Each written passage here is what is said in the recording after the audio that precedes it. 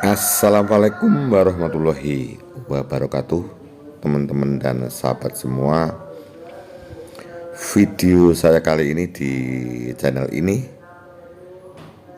saya ingin membagikan pengalaman mistis ya, yang pernah saya alami. Mungkin sebagai selingan, video ini mudah-mudahan ya Anda tertarik untuk mendengarkan. Jadi begini teman-teman, sekitar tahun 90-an berapa ya, waktu itu ingat saya punya motor Suzuki Tornado GX. Itu kalau salah di motor itu sekitar tahun 93 ya, 95-96, yang jelas waktu itu belum ada HP.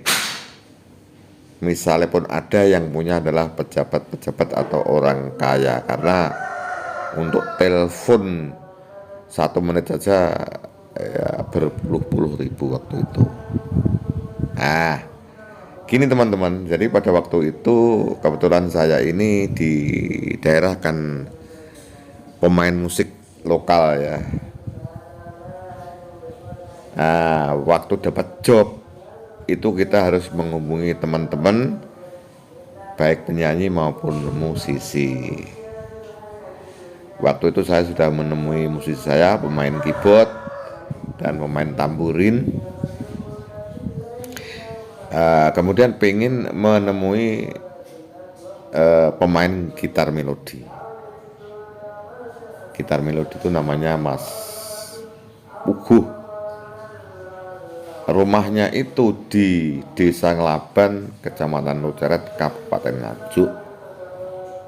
Akhirnya malam itu berangkat, saya naik Tornado sendirian, teman saya kakak beradik naik motor CG, motor dinasnya bapaknya, CG Dinas Peternakan.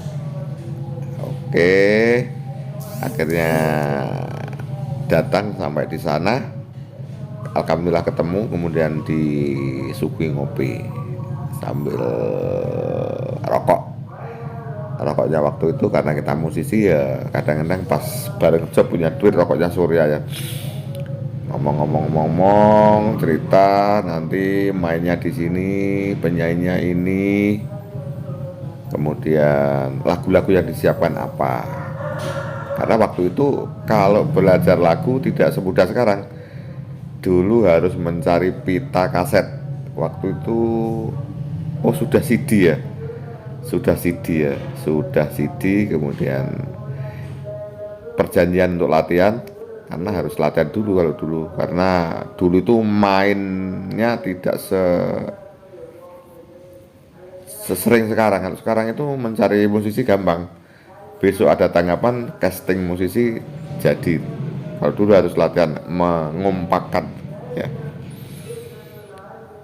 Gitu teman-teman. Nah, waktu itu saya sebenarnya kepingin buang air kecil ya. Buang air kecil. Wah, tapi ternyata saya lihat kamar mandinya jedingnya jauh di desa.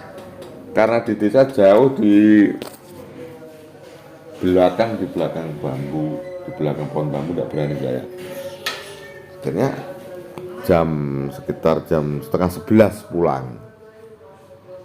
Mulai naik motor lah, di tengah jalan saya tidak kuat, saya ingin buang air kecil. Akhirnya saya turun, teman saya suruh berhenti, aku tak kencing dulu. Tidak tahu teman saya itu kok seperti ketakutan itu loh, lari loh, gitu. Lari. Saya lihat menanti kejauhan kira-kira ya 500 meter atau lebih dari tempat itu. Ternyata tempat itu adalah makam, teman-teman. Ya, di pinggir jalan itu ada makam. Namanya makam Mboto Nglaban, Kabupaten Nganjuk. Mboto Nglaban, Kabupaten Nganjuk. Ya, Mboto Nglaban, Kabupaten Nganjuk. Nah, Setelah itu karena saya tidak kuat, ya saya eh, kecek di situ, tetapi ada rasa tidak enak. Punggung saya itu merinding. Kemudian apa ya? Saya mandang ke depan itu, tadi menurut saya ini kan sawah dan itu ada gerumbulan, saya tidak tahu kalau itu makam. Tapi menurut saya itu pandangan saya seperti kabur, seperti sawah, seperti ada tumbuh-tumbuhan, kok kadang-kadang seperti rumah. Wah, akhirnya saya semakin bingung dan ketakutan. Akhirnya motor saya starter tidak bunyi, 2 kali tidak bunyi, 3 kali baru bunyi. Ini sudah bulu kuduk tidak karu-karuan teman-teman. Akhirnya saya lari, saya naiki motor, hampir jatuh ke sawah karena ya naik motor di saat kita posisi ketakutan dengan tergopoh-gopoh. Akhirnya teman saya tanya, "Loh, kok tidak ditunggu toh? Anda kok tidak menunggu saya?" Nah, Mas ngawur sih. Ngawur apa? Saya kencing kok di teras orang. Teras orang apa tahu, gitu sawah kok ya. Itu teras rumah itu besar. Kemudian temboknya hitam, lampunya merah remang-remang gitu. Mosok? Wah, akhirnya kita lemes teman-teman. Kita lemes, akhirnya di situ kita naik motor pelan-pelan, ada bakul kopi, akhirnya ngopi di situ.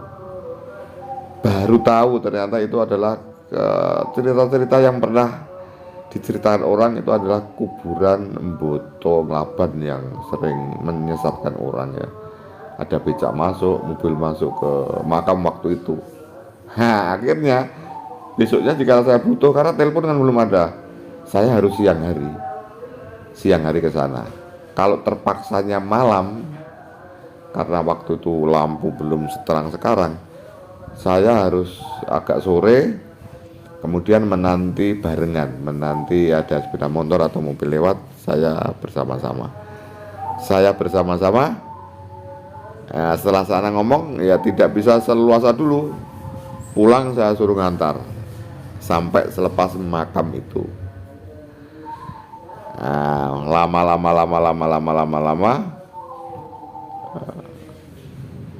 akhirnya lampu sudah mulai nyala.